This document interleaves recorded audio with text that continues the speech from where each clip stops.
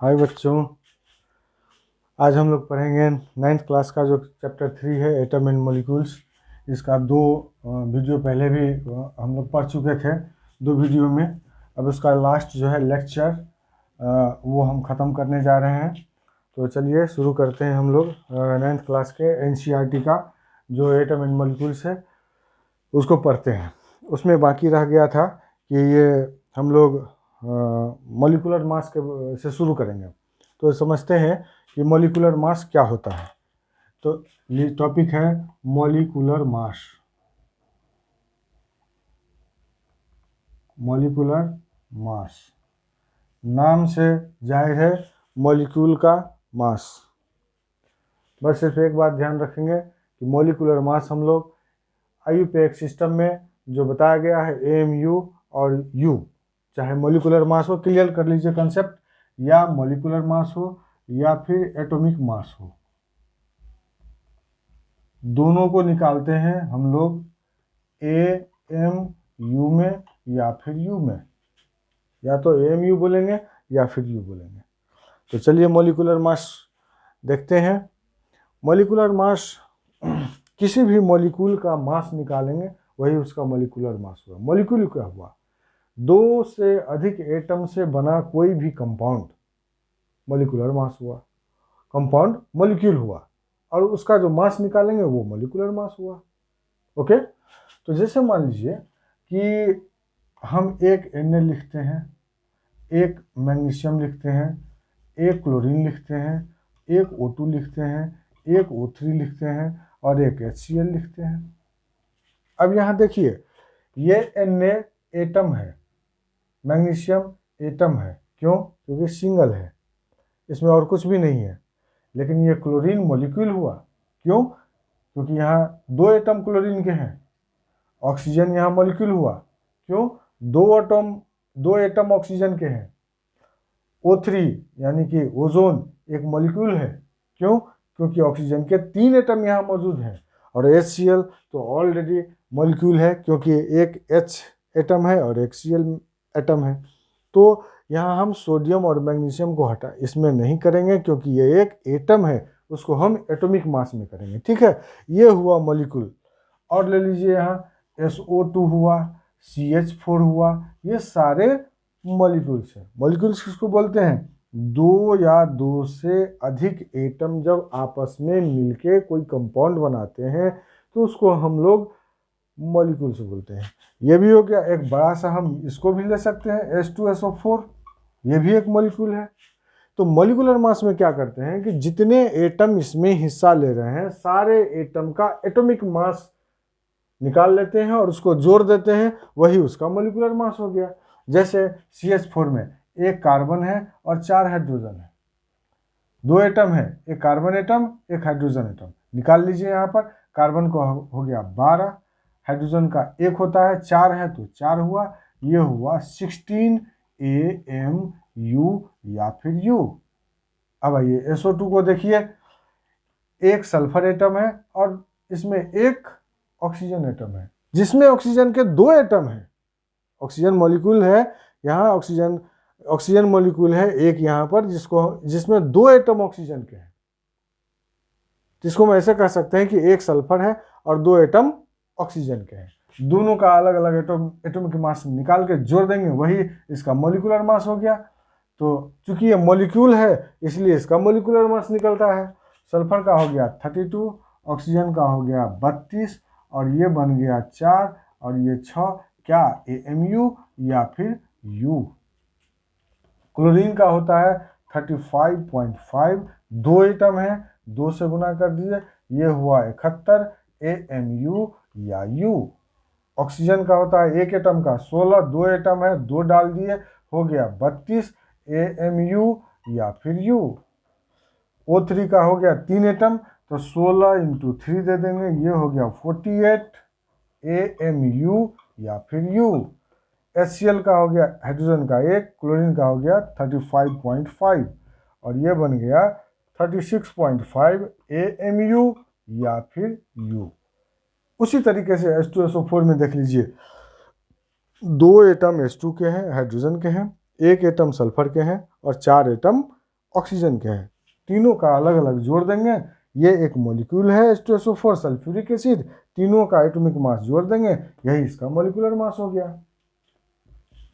तो हाइड्रोजन का 2 हो गया, सल्फर का 32 हो गया, इसका हो गया 64, 4 2 6 2 8, अच्छा 3 9 98 mu या फिर U। तो किसी भी मॉलिक्यूल का जब हम मॉलिक्यूलर मास निकालते हैं तो उसी को बोलते हैं उस का मॉलिक्यूलर मास। समझ गए? चलिए, अगर यहीं पर हमसे ये पूछा जाए, ये तो निकाल दिए कि भाई ये ग्राम मॉलिक्यूलर मास कितना होगा, तो कुछ नहीं करना है, CH4 का निकाले 16 mu, इधर देखिए AMU को हटा देंगे, सिर्फ लिख देंगे यहाँ 16 ग्राम। SO2 का निकाले हैं 64 AMU या U को हटा देंगे और इसको लिख देंगे हम 64 ग्राम। चलिए, यहाँ देखिए क्लोरीन का निकाले हैं Cl2 का 71 AMU या U, AMU और U को हटा देंगे, यहाँ लिख देंगे 71 ग्राम। O2 का निकाले हैं 32, ये हो जाएगा 32 ग्राम। O3 का हो जाएगा 48 ग्राम, 48 MU इसका है। HCl का हो गया 36.5 ग्राम, यहाँ MU को हटा दिए। H2SO4 का 98 MU है, MU को हटा देंगे और ये हो जाएगा 98 ग्राम। ये क्या निकला? इसका ग्राम एटॉमिक मास। ये निकला इसका ग्राम एटॉमिक मास। अब एक चीज कंसेप्ट क्लियर कीजिए कि मॉलिक्यूलर मास में हम लोग AMU में लिखते हैं, जो भी देख रहे हैं AMU में लिखा हुआ है, और उसी को जब हम ग्राम मॉलिक्यूलर मास लिखेंगे तो ग्राम में लिख देंगे। होगा क्या? AMU हट जाएगा, सिर्फ उसको हम ग्राम में लिख देंगे। दोनों तरफ 16 इधर भी है, 16 इधर भी है, 64 यहाँ है, 64 यहाँ है, 71 यहाँ है, यहाँ भी 71 है, यहाँ 32 है तो यहाँ भी 32 है, सिर्फ ये ग्राम में है। तो ग्राम मॉलिक्यूलर मास और मॉलिक्यूलर मास में कंफ्यूज नहीं होना है। मॉलिक्यूलर मास AMU में होता है और ग्राम मॉलिक्यूलर मास ग्राम में होता है। फर्क इतना है कि AMU या U को हटा देते हैं और उसमें ग्राम लगा देते हैं।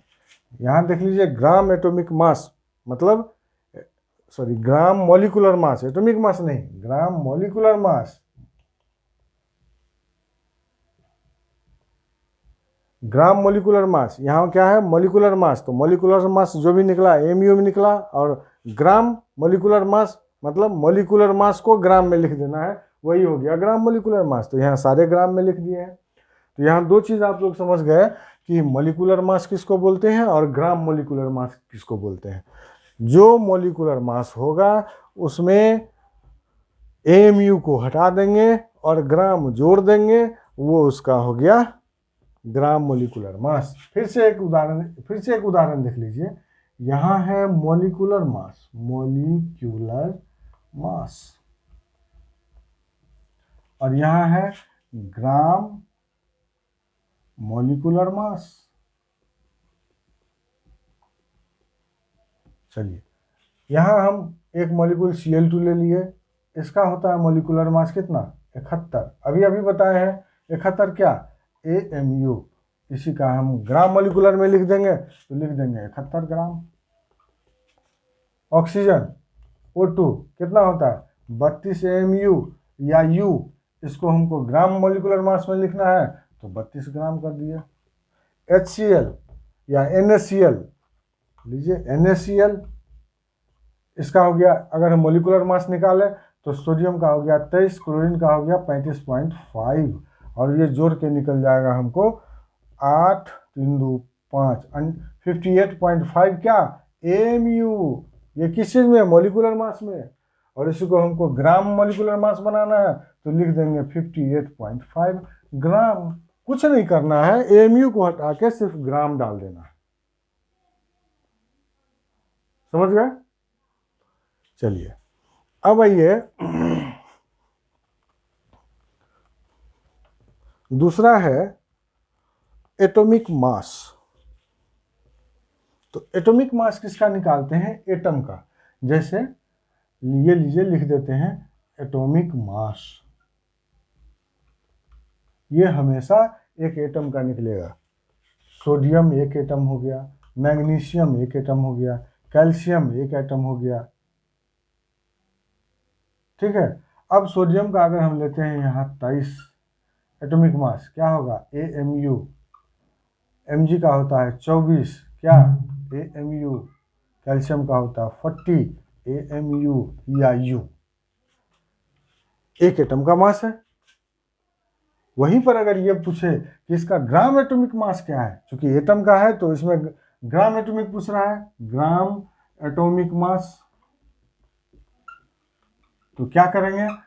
AMU को हटा देंगे, सीधे लिख देंगे यहाँ हम 23 ग्राम, यहाँ लिख देंगे 24 ग्राम और यहाँ लिख देंगे 40 ग्राम। क्या किए हम लोग? AMU को हटा के ग्राम जोड़ दिए। तो एटॉमिक मास और ग्राम एटॉमिक मास में सिर्फ इतना का अंतर है कि एटॉमिक मास हम लोग जोड़ते हैं AMU में, लिखते हैं AMU में, और ग्राम एटॉमिक मास को ग्राम में लिख देते हैं। मैग्नीट्यूड वही रहता है। मैग्नीट्यूड माने 23, 24, 40 जो हुआ यहाँ AMU है वह ग्राम में लिख दिया। समझ गए? अब है एक formula unit mass. Molecular mass तो आप लोग समझ गए, उसी के साथ साथ हम ग्राम मोलिकुलर मास भी बता दिए, एटॉमिक मास के साथ साथ ग्राम एटॉमिक मास बता दिए। अब है formula unit mass. Formula unit mass मतलब हुआ कोई भी केमिकल है जिसका एक फॉर्मूला होगा। कोई भी केमिकल आप नाम ले लीजिए, सोडियम हाइड्रोक्साइड ले लीजिए, कैल्शियम हाइड्रोक्साइड ले लीजिए, मैग्नीशियम क्लोराइड ले लीजिए। सबका फॉर्मूला लिखना पिछले क्लास में तो बता दिए थे। तो ये फॉर्मूला हो गया। जैसे मान लीजिए सोडियम क्लोराइड एक फॉर्मूला हो गया। यहाँ ले लीजिए कैल्शियम हाइड्रोक्साइड,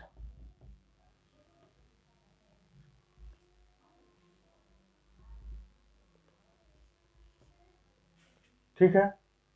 अब यहाँ ले लीजिए आप और भी मैग्नीशियम क्लोराइड।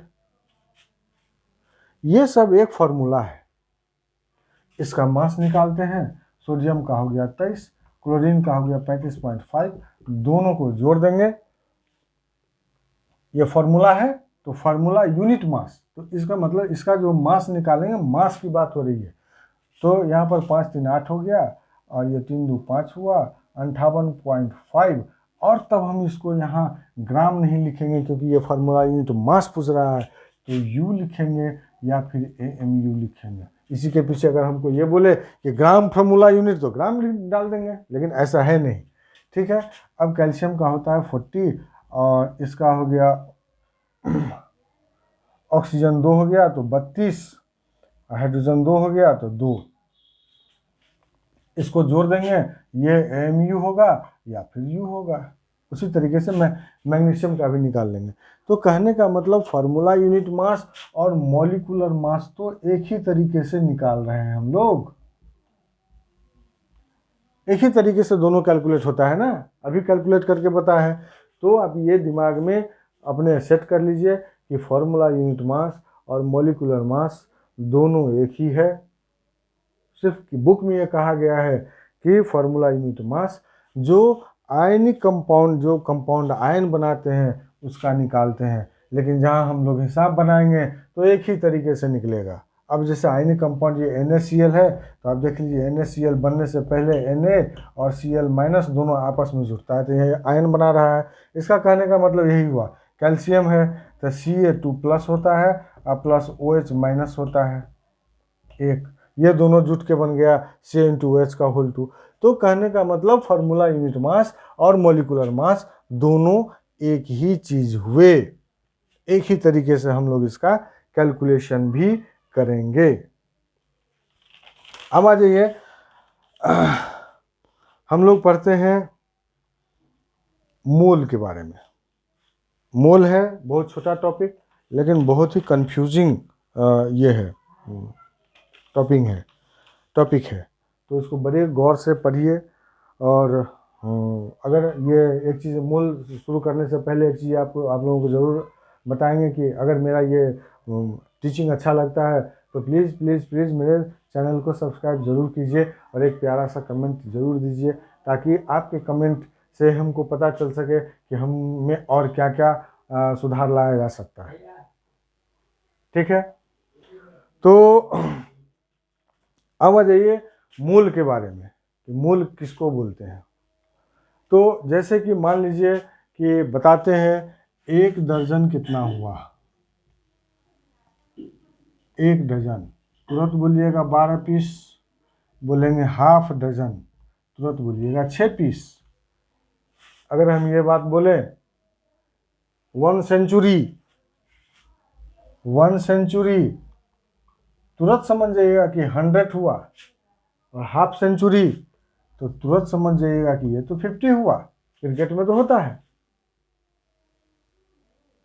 तो उसी तरीके से आपको एक फिगर याद रखना है, उस फिगर को हम लोग बोलते हैं 6.022 इंटू 10⁻23।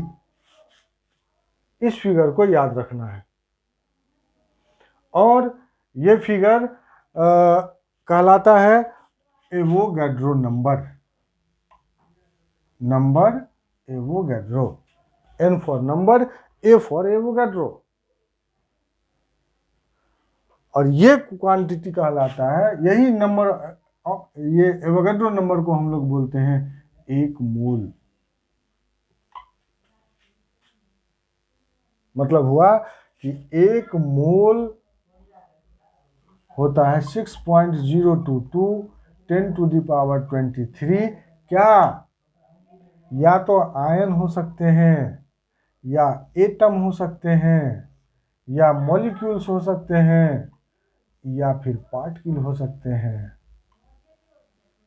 ये इसको हम 1 मोल कहेंगे। किसी भी सब्सटेंस के 1 मोल में कहीं भी आप चले जाइए, चाहे सब्सटेंस आपका H2 हो, सब्सटेंस H2SO4 हो, सब्सटेंस SO2 हो, सभी में 1 मोल में बस इतना ही होगा, 6.022 इंटू 10⁻23।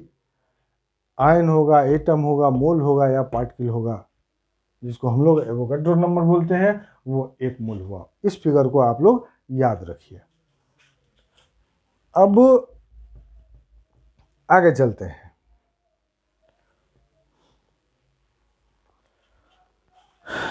कि अभी देखिए, हम लोग लेते हैं यहाँ सोडियम, लेते हैं मैग्नीशियम, ठीक है, यहाँ लेते हैं कैल्शियम। अभी बताए हैं इस सब का एटॉमिक मास निकलेगा,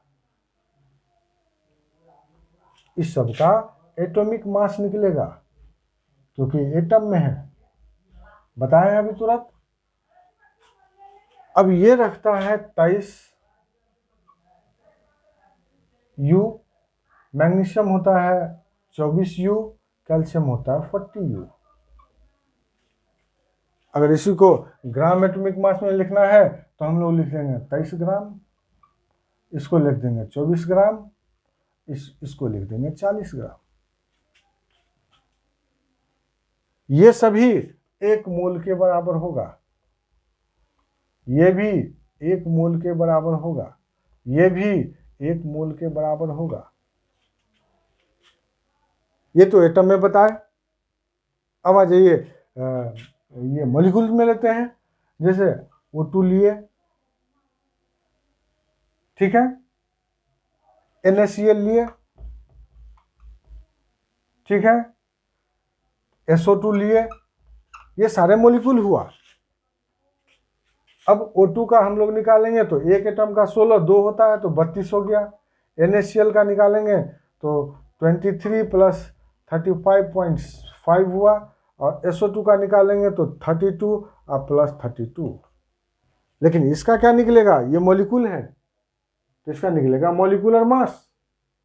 और मॉलिक्यूलर मास भी हम लोग U या mu में लिखते हैं, तो इसको लिख देंगे 32U, इसको लिख देंगे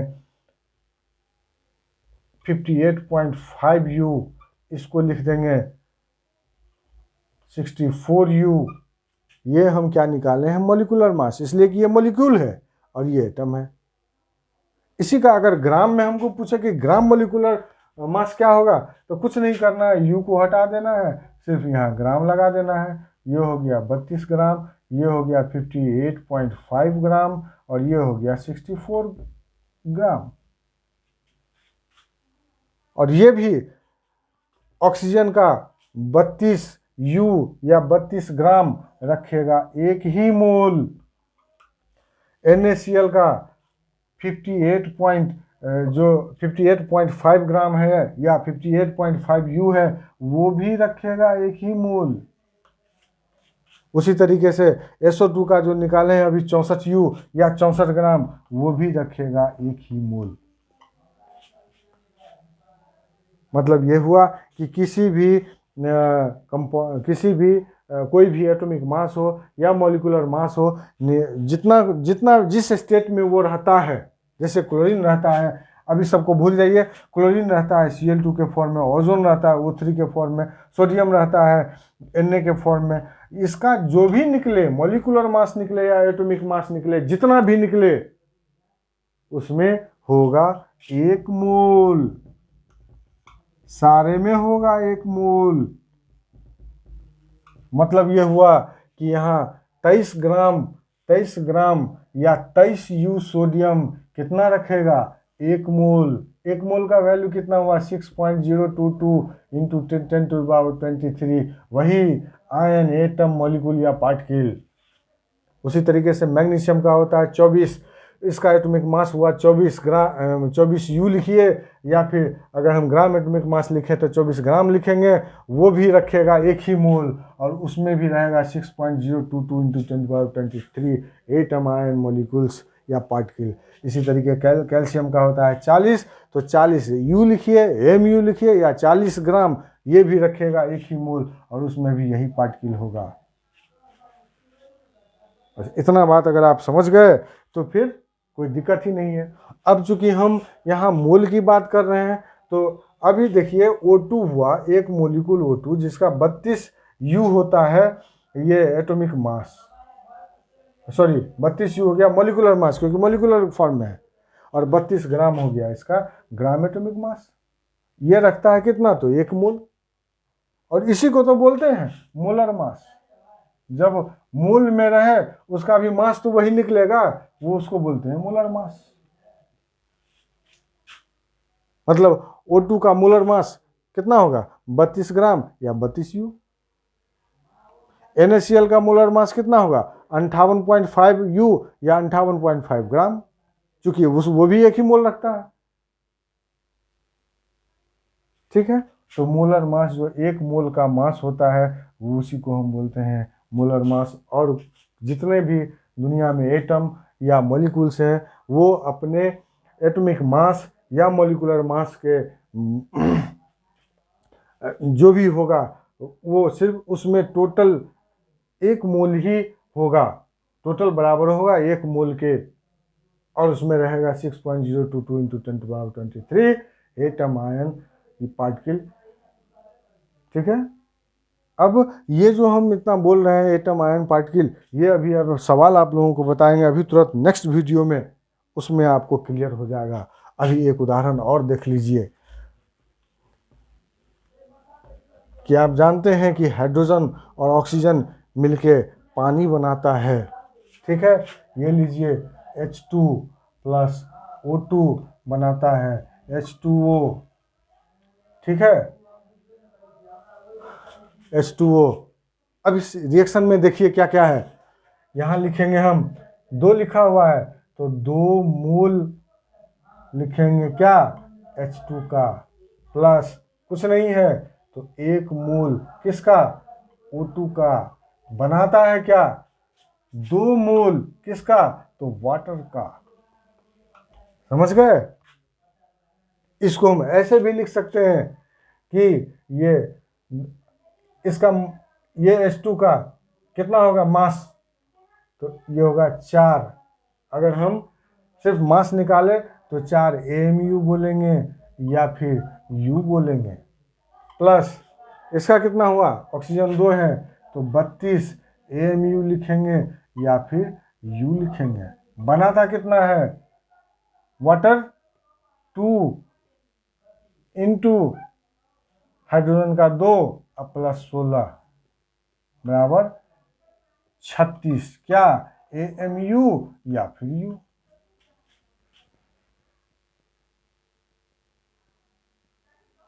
ठीक है, इसी को हम अगर ग्राम ये मॉलिक्यूलर मास में लिखें तो लिखेंगे 2 दूना 4 ग्राम किसका, हाइड्रोजन का, यहाँ 32 ग्राम किसका, ऑक्सीजन का, बनाता है 36 ग्राम क्या, तो वाटर, 36 ग्राम वाटर।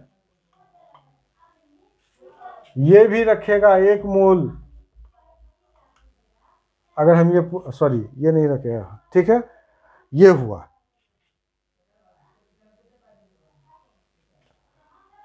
ये आपका, अब देख लीजिए ये रखा यहाँ 2 मोल, यहाँ 2 दिया हुआ है, ये कुछ नहीं दिया हुआ है तो यहाँ हो गया 1 मोल दिया हुआ है, यहाँ तो लिखे हैं अभी यही है, ठीक है, लिखा हुआ है, ठीक है। तो यहाँ पर अगर हम यहाँ पे अगर उदाहरण देखते हैं तो यहाँ लिखा हुआ 2 मोल ऑफ H2, तो मतलब 2 मोल कितना हुआ, 2 इंटू 6.022 इंटू 10⁻23 लिखेंगे। यहाँ कितना है 1 मोल, तो 1 मोल ऑक्सीजन को कितना लिखेंगे 6.022 इंटू 10⁻23। यहाँ कितना है 2 मोल, तो 2 इंटू 6.022 इंटू 10⁻23। लेकिन सब में वही होगा, एटम आयन पार्टिकल या मॉलिक्यूल, समझ गए। यहाँ ये मोल में बता दिए, एवोगाड्रो नंबर मोल में बता दिए, इससे कंसेप्ट क्लियर कर लीजिए, ये 2 मोल हुआ, ये 1 मोल हुआ, ये जो है सो 2 मोल हुआ। ओके, अब हम आप लोगों को आगे क्वेश्चन, नेक्स्ट वीडियो अभी तुरंत डाल रहे हैं जिसमें क्वेश्चन और आंसर होगा,